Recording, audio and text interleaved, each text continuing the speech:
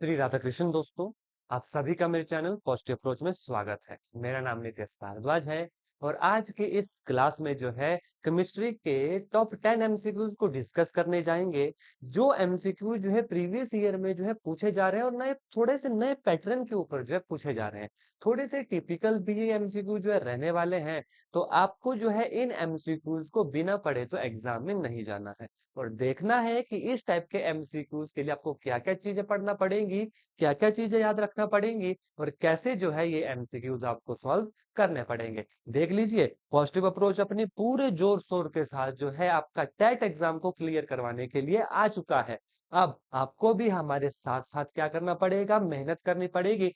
तभी आप अपने एग्जाम में अच्छे मार्क्स के साथ जो है क्लियर कर पाओगे। तो बिना वक्त गवाए आज की इस क्लास को जो है हम शुरू करते हैं। देखिए, हमारा केमिस्ट्री का जो पहला एमसीक्यू है, देखिएगा, ये आपकी स्क्रीन के ऊपर रहा।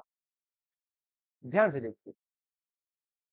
First order reaction has a rate constant 1.15 into 10 raised to the power minus 3. How long will 5 gram of this reactant take to reduce to 3 gram? ये केमिस्ट्री का देखिए लास्ट ईयर जो लास्ट एग्जाम हुआ था TET का, उसमें ये question पूछा गया था। न्यूमेरिकल है केमिस्ट्री का, टिपिकल रहते हैं केमिस्ट्री का न्यूमेरिकल, जैसा कि आप सभी को पता है। लेकिन जो चीजें आ चुकी हैं प्रीवियस ईयर में वो नेक्स्ट एग्जाम के लिए बिल्कुल नहीं छोड़नी है। तो बड़े ध्यान से माफ कीजिएगा, बड़े ध्यान से इस क्वेश्चन को देखिए, समझिए क्वेश्चन को और पहचान कीजिए कि अगर ऐसा क्वेश्चन एग्जाम में आया तो आप कैपेबल हो करने के लिए।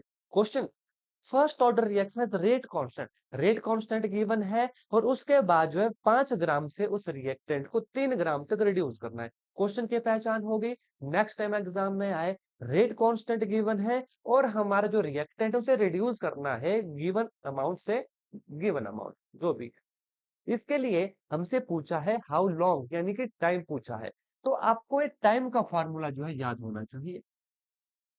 What is the formula of T half, ये आपको याद होना चाहिए। It is 2.303 divided by K into log of R not divided by R. या तो ये फॉर्मूला डायरेक्ट भी एग्जाम में जो है एग्जामिनर हमसे पूछ सकता है। फॉर्मूला याद कीजिए, इसी क्लास में याद होना चाहिए। What is the formula of this half time? 2.303 divide by K. जी नहीं, मेरे साथ रिपीट कीजिए, चुप नहीं रहना है, मेरे साथ रिपीट कीजिए। 2.303 divide by K log of R not by R. हो सकता है फॉर्मूला ही एग्जामिनर पूछ ले। Is that clear? अब देखिए, वैल्यू पुट करेंगे। 2.303 divided by k. What is the value of k here? देखिएगा, rate constant 1.15 into 10 raised to the power minus 3 multiply by log r not होता है जितना अमाउंट दिया गया है, दैट इज 5 ग्राम। कितने में रिड्यूस करना है? दैट इज 3 ग्राम में। ये रहा फार्मूला। मुझे पता है अब आपके माइंड में आ रहा होगा कि इन चीजों को कैसे सॉल्व किया जाएगा। वो भी आपको जो है बात यहां पर बताऊंगा, ध्यान से सुनो। इसको जब हम सॉल्व करेंगे, ध्यान से देखिए, 2.303 है। अगर हम इसे 2 से मल्टीप्लाई करते हैं, देखिए, मल्टी 5 टू जार 10, 2 और 1 1 3 और ये 2, 2.30। ठीक है, हम अपनी कैलकुलेशन के लिए इस 3 को हटा देते हैं। अब तो ठीक हो गया। इससे ये कट गया कितने से? 2 से, यानी कि 2 into 10 raise to the power 3 multiply by log of 3 से 5 को डिवाइड कर दीजिए। 3 1 जार 3, 3 6 जार 8, 3 6 जार 8, समथिंग लाइक दैट। ठीक है, अब यहाँ पर एक चीज आपको बताना चाहता हूं। अगर कभी इस तरीके का क्वेश्चन एग्जाम में आता है तो ये पॉसिबल नहीं है सॉल्व करना। क्यों?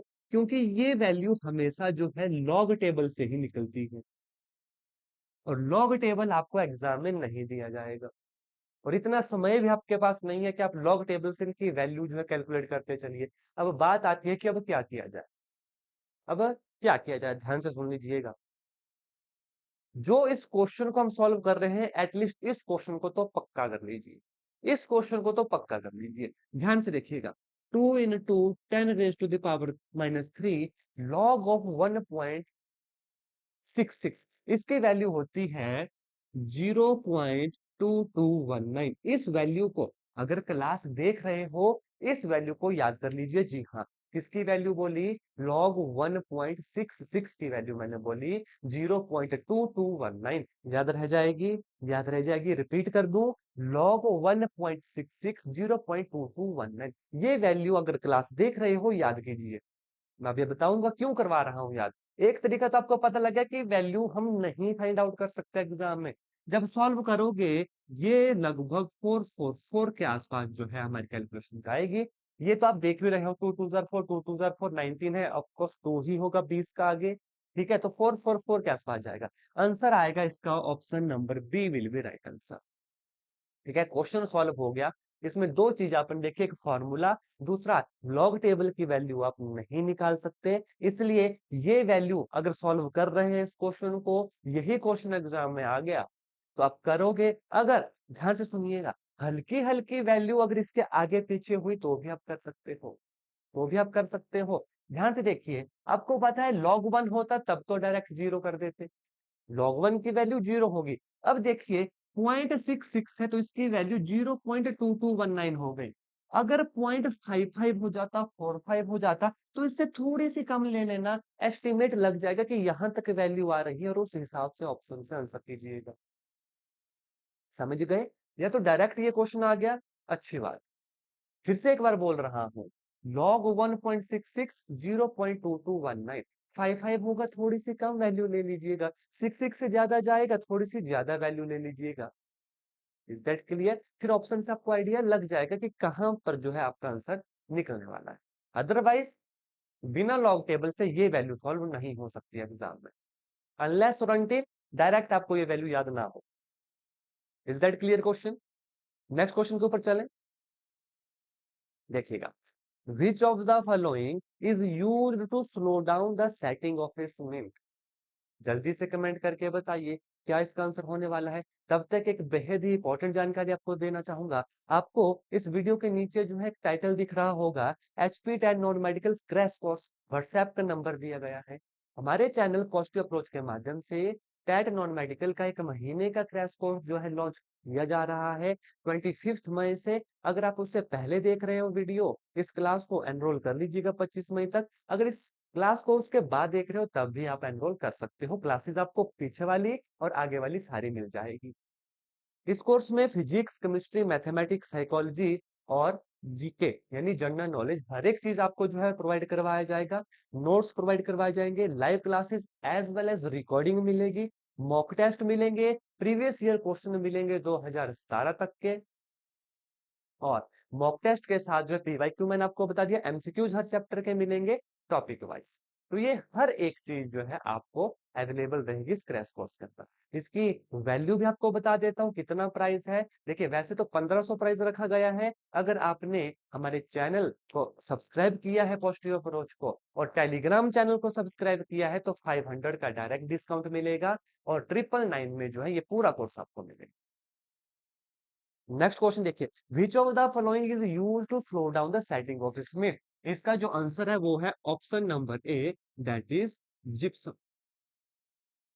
डायरेक्ट आंसर है जिप्सम। जिप्सम को जो है एक और नाम से भी जाना जाता है। नाम क्या रहेगा जिप्सम का? ध्यान से सुन लीजिए। हो सकता है कई बार ऑप्शन में जिप्सम ही ना लिखा हो, तो आपको रिस्ट्रिक्ट नहीं रहना है किसी एक चीज के ऊपर। जिप्सम को जो है कैल्शियम सल्फेट के नाम से भी जाना जाता है। अगर कैल्शियम सल्फेट भी लिखा हो तो भी आपको जो है आंसर करना है वो। अब यहाँ पर कैल्शियम सल्फेट का कई बार एग्जाम में फॉर्मूला भी पूछा जा सकता है, दैट इज CaSO4.2H2O। ये 2H2O याद रखना, यहाँ पर कंफ्यूजन रहती है। अब यहाँ पर आपको कमेंट करके मुझे बताना है, अगर CaSO4.12H2O हो तो इसे जो है क्या कहा जाता है, ये आपको कमेंट करके मुझे बताना है। तो क्या आंसर निकला हमारा? Which of the following is used to slow down the setting of a cement? इसका राइट आंसर है ऑप्शन ए जिप्सम, जिसे कहा जाता है कैल्शियम सल्फेट। मेरे साथ साथ दोहराइए, यहीं पर याद होना चाहिए, CaSO4.2H2O। ये बहुत इंपॉर्टेंट चीज है। यहाँ पर हाफ H2O नाम चेंज हो जाता है, बताना है क्या नाम आएगा। ठीक है, नेक्स्ट क्वेश्चन देखेंगे। देखिएगा, विच ऑफ द फॉलोइंग, एक सेकंड दीजिए,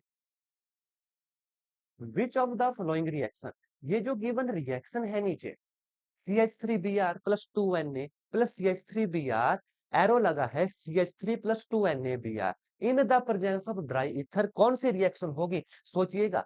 जिन जिन एस्पायरेंट्स ने मुझे इंस्टाग्राम पे फॉलो किया है वो 1 सेकंड में जो है इसका आंसर दे देंगे। इंस्टाग्राम पर प्रॉपर डेडिकेटेड वीडियो जो है इस क्वेश्चन की डाली गई। सोचिएगा और जल्दी से कमेंट करके इसका आंसर मुझे बताना है। ध्यान से सुन लीजिए, बहुत ही इंपॉर्टेंट क्वेश्चन है ये, एग्जाम में पूछा जा सकता है और इस क्वेश्चन का लेवल +1 क्लास का है, क्योंकि ये जो रिएक्शंस हैं ये +1 क्लास में जो है आपको केमिस्ट्री में देखने को मिलेगी। CH3Br, देखिए अल्काइल हैलाइड, अब ये तो पता होगा आपको अल्काइल हैलाइड क्या होता है। CH3Br इज अल्काइल हैलाइड को जब सोडियम के साथ रिएक्ट करवाया जाता है in the presence of dry ether, dry ether से हमेशा एक नाम तो याद रखना है, वूड्स। इसका नाम तो हमेशा याद रखना है, फिर इसके नाम के साथ दो रिएक्शन आती है, एक आती है वुड्स रिएक्शन डायरेक्ट, दूसरी आती है वुड्स फिटिग रिएक्शन। मतलब एक चीज तो कंफर्म होगी कि इन दो में से ही आंसर होगा, या तो वुड्स रिएक्शन या तो वुड्स फिटिंग रिएक्शन। मैं यहाँ पर दोनों रिएक्शन आपको करवा दूंगा ताकि कभी अगर एग्जाम में ये क्वेश्चन आए तो कोई कंफ्यूजन ना हो।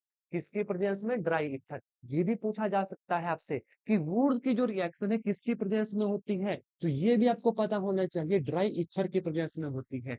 प्लस क्या होता है ये भी पता होना चाहिए किसके साथ होती है, सोडियम मेटल के साथ होती है। वुड्स रिएक्शन भी, वुड्स फिटिंग रिएक्शन भी किसकी प्रेजेंस में? ड्राई ईथर, ये इसकी प्रेजेंस है। और क्या होगा साथ में? सोडियम होगा। अब बात आती है कि वुड्स रिएक्शन कौन सी है और फिटिंग रिएक्शन कौन सी है। ध्यान से सुनो, वुड्स रिएक्शन में जो होता है, मैं डायरेक्ट लिखूंगा अल्काइल। Is this visible? एक सेकंड दीजिएगा।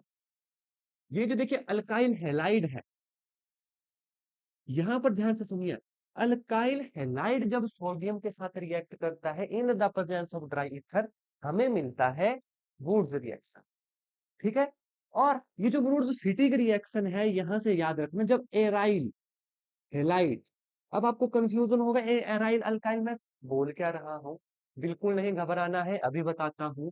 अराइल हैलाइड मतलब जैसे बेंजीन रिंग हो गया हमारा, ठीक है, जैसे कि C6H5, ये है अराइल हैलाइड, ये रिएक्ट करता है अल्काइल हैलाइड के साथ।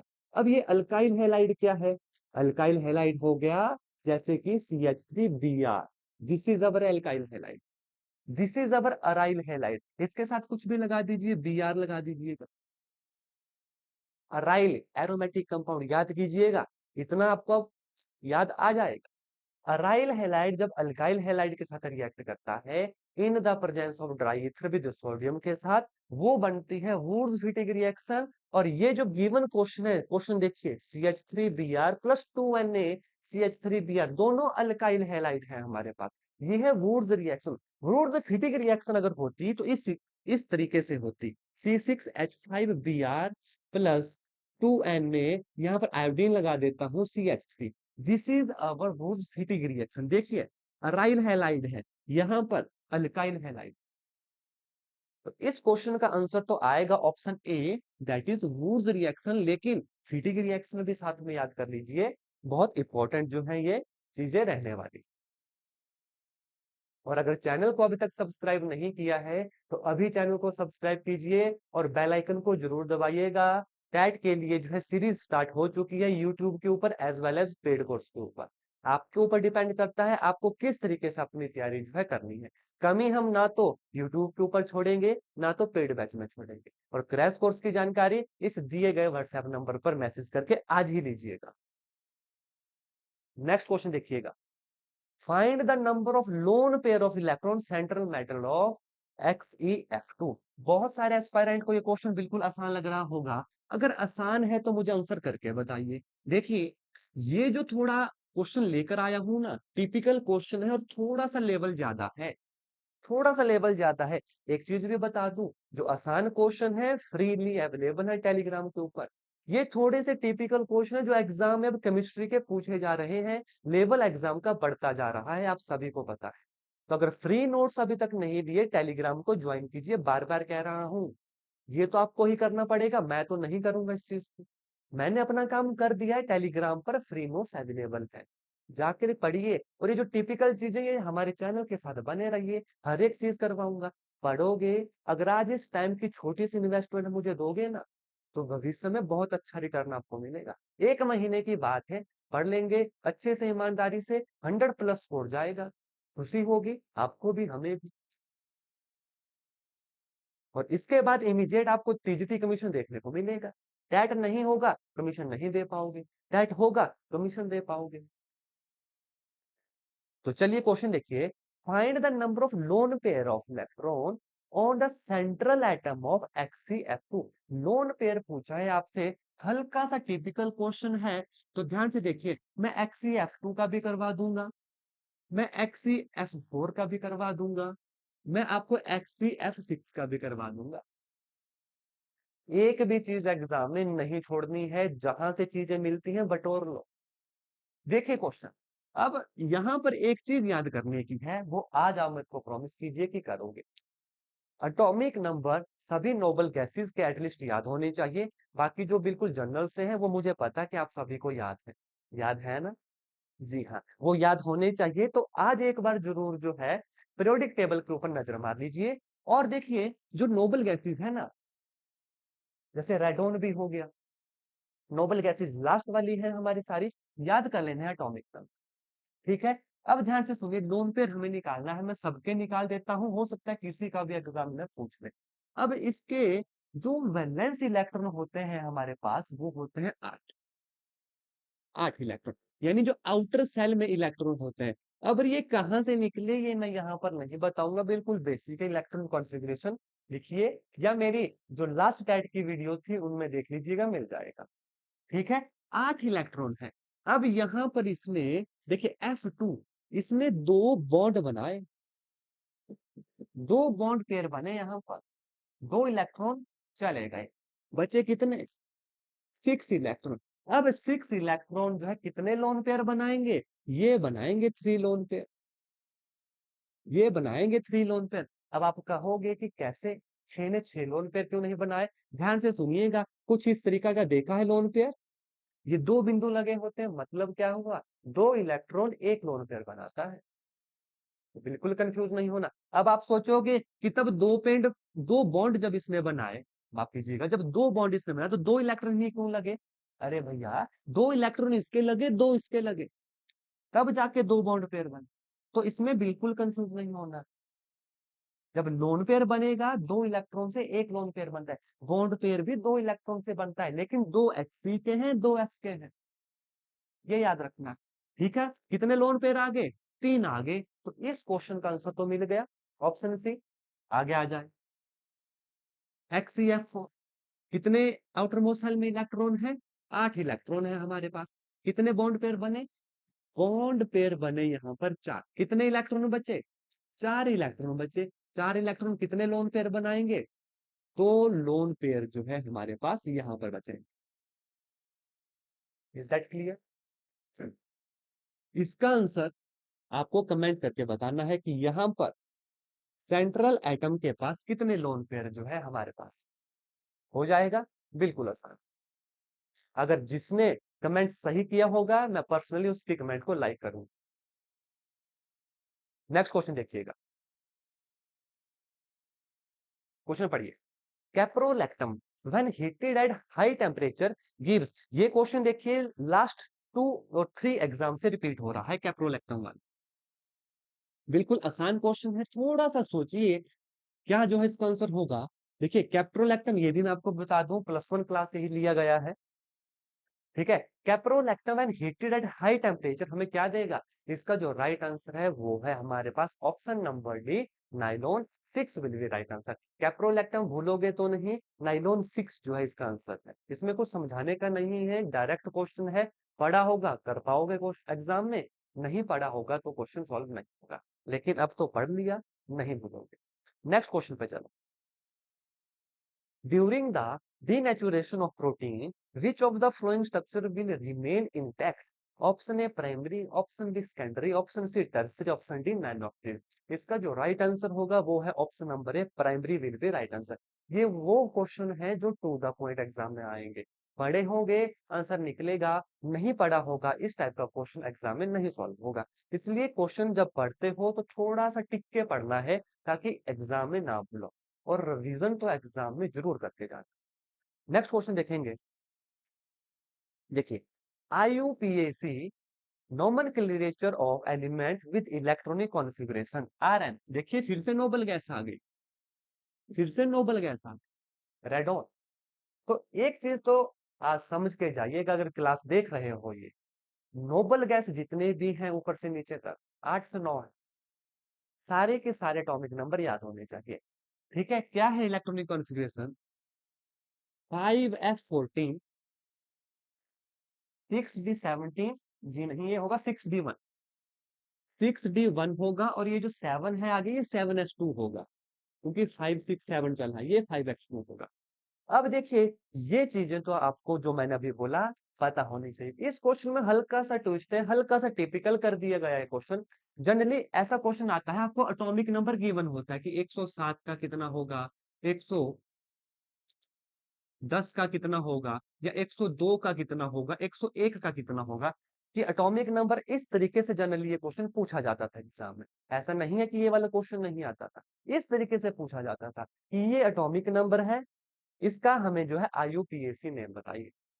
लेकिन यहाँ पर इलेक्ट्रॉनिक कॉन्फ़िगरेशन ही दे दी गई। सबसे पहला काम क्या होगा इसका? एटॉमिक नंबर निकालना। अब रेडोन है, इसका एटॉमिक नंबर 86 होता है, याद करना पड़ेगा, अदरवाइज नहीं कर पाओ। प्लस कितने इलेक्ट्रॉन है? 40 प्लस 1 प्लस 7s2। ठीक है, कर दीजिएगा ऐड। 14 1 2 कितना आ गया? 6 4 10 3 8 9 और 1 10, 103 हमारे पास है। बस इतना काम करना, इसके बाद क्वेश्चन आसान हो गया। आगे तभी बताऊंगा जब चैनल को लाइक सब्सक्राइब करोगे और इस वीडियो को लाइक करो। अब बड़े ध्यान से सुनिएगा, कैसे नाम लिखे जाते हैं। 1 को हमेशा यूनी लिखा जाता है, 0 को हमेशा नील लिखा जाता है, 3 को हमेशा ट्राई लिखा जाता है, और एंड में ईएम लगाया जाता है। ये समझ लीजिए इस चीज को। 2 होगा बाई लिखा जाएगा, 4 होगा टेट्रा लिखा जाएगा, 5 होगा पेंटा लिखा जाएगा, 1 यूनी, 2 बाई, 0 नील, 3 का ट्राई लिखा जाता है, और लास्ट में IUM EM लगाया जाता है। अब 103 जो है इसका एटॉमिक नंबर क्या बना? UN आई हटा दीजिए, NIL TRI, और एंड में EM लगाना है IUM। ये हमारे इसका नाम बना अनिल ट्रियम। कौन सा ऑप्शन में है? ध्यान से देखिए, Anil Triumf, option number D will be right answer. अब फॉर एग्जाम्पल एग्जाम में 102 दिया गया होगा, बिल्कुल आसान है। UN, 0 का नील, 2 का बाई, और लास्ट में IUM। इस तरीके से जो हमारा पीरियोडिक टेबल है, जो सबसे लास्ट वाली लाइन है ना, एक 100, 101, 102, 103, 104, ये सारे नाम ऐसे लिखे जाते हैं। ध्यान रखिएगा इस चीज का।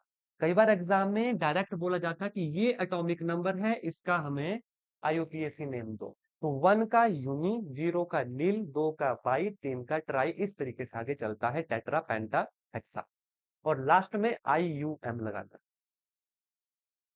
क्वेश्चन देखिए next. How many electron in an atom में have the quantum number n is equal to 3 दिया गया है, और l इज इक्वल टू 0 दिया गया है। तो यहां से देखिए, quantum number, magnetic number, spin number सारे जो है पढ़ लेने हैं आपको। एग्जाम में क्वेश्चन बन सकता है। हल्की सी टिपिकल ये केमिस्ट्री रहने वाली है, मैंने वीडियो के शुरू में भी आपको कहा था। ध्यान से देखिए, हाउ मैनी इलेक्ट्रॉन, आप सभी को पता होगा, अगर n 3 है, l 0 है, यानी कि s ऑर्बिटल में ये हमारा पड़ा। कौन सा s ऑर्बिटल में? 3s ऑर्बिटल में ये हमारे पास पड़ा। अगर 3s ऑर्बिटल है तो जहां मर्जी का ऑर्बिटल हो, हमें फर्क नहीं पड़ता, s ऑर्बिटल से फर्क पड़ता है। कितने इलेक्ट्रॉन होते हैं हमारे पास? 2 इलेक्ट्रॉन होते हैं। ये 3s का हो, 4s का हो, डजेंट मैटर, s से फर्क पड़ता है। s ऑर्बिटल में आपको पता है 1s2, 2s2, 3s2, 4s2, maximum कितने जाते हैं? 2 ही जाते हैं।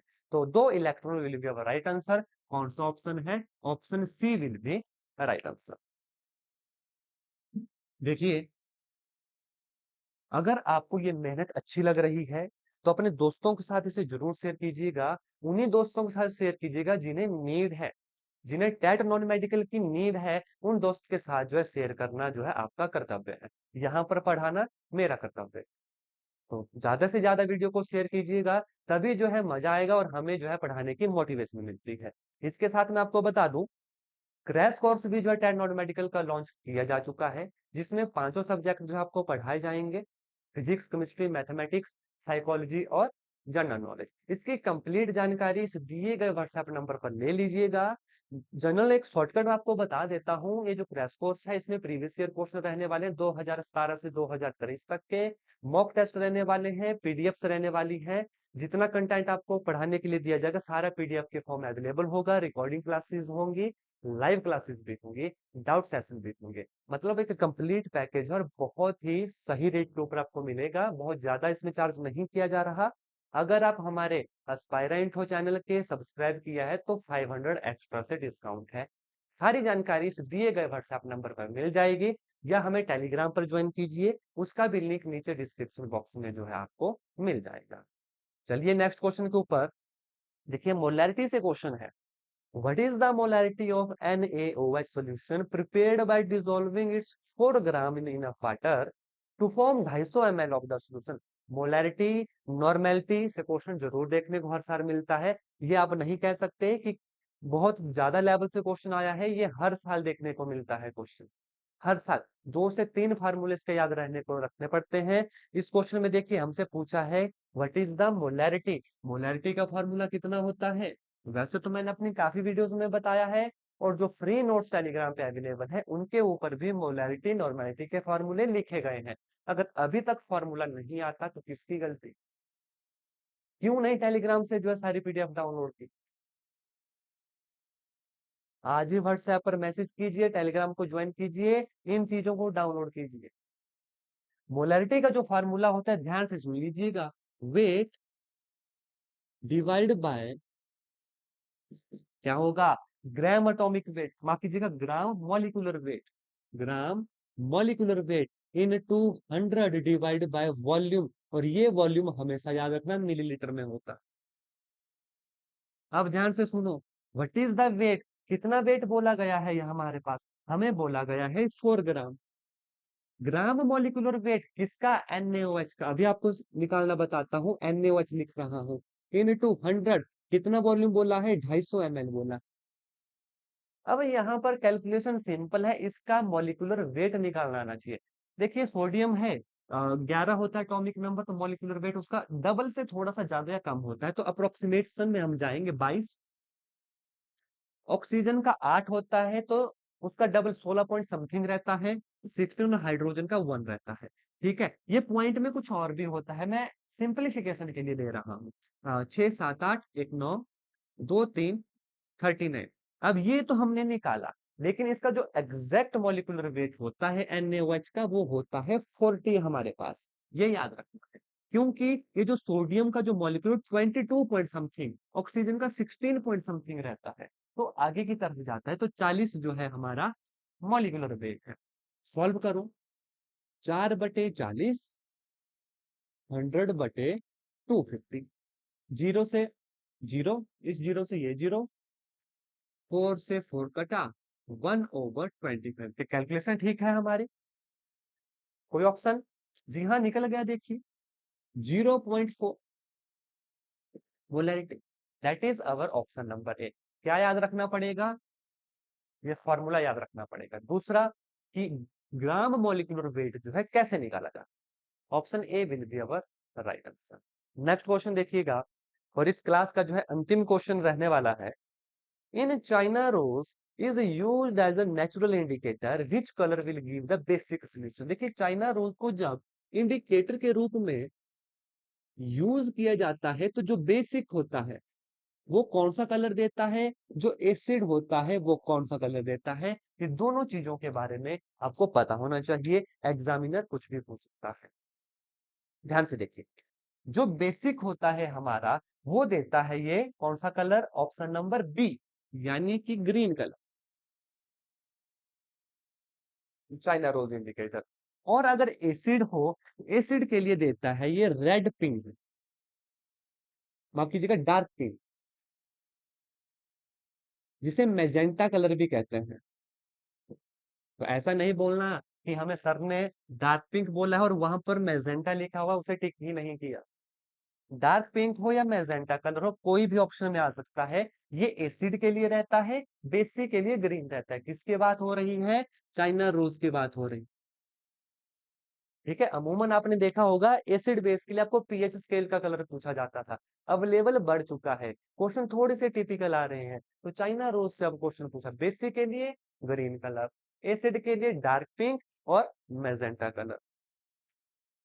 तो ये कुछ 10 एमसीक्यूज थे जो एग्जामिनेशन पॉइंट ऑफ व्यू से काफी ज्यादा इंपॉर्टेंट है। अगर आपको ये क्लास अच्छी लगी, वैल्यूलेबल लगी, अगर मैंने आपके नॉलेज में थोड़ी सी भी जो है इजाफत की है, तो इस वीडियो को जरूर लाइक कीजिएगा, चैनल को सब्सक्राइब कीजिएगा और अपने दोस्तों के साथ जो है जरूर शेयर कीजिएगा। इसके साथ मैं आपको बता दूं, टेलीग्राम पर ज्वाइन कीजिए, यूट्यूब को सब्सक्राइब कीजिए और हमारे क्रैश कोर्स में 500 का डिस्काउंट जो है आपको जरूर मिलेगा। क्रैश कोर्स भी आप ज्वाइन कर सकते हो। सारी जानकारी और ज्वाइन कैसे करना है, इस दिए गए व्हाट्सएप नंबर के ऊपर मैसेज कीजिएगा, आपको जो है सारी जानकारी और एनरोल कर दिया जाए। धन्यवाद। जय हिंद, जय भारत।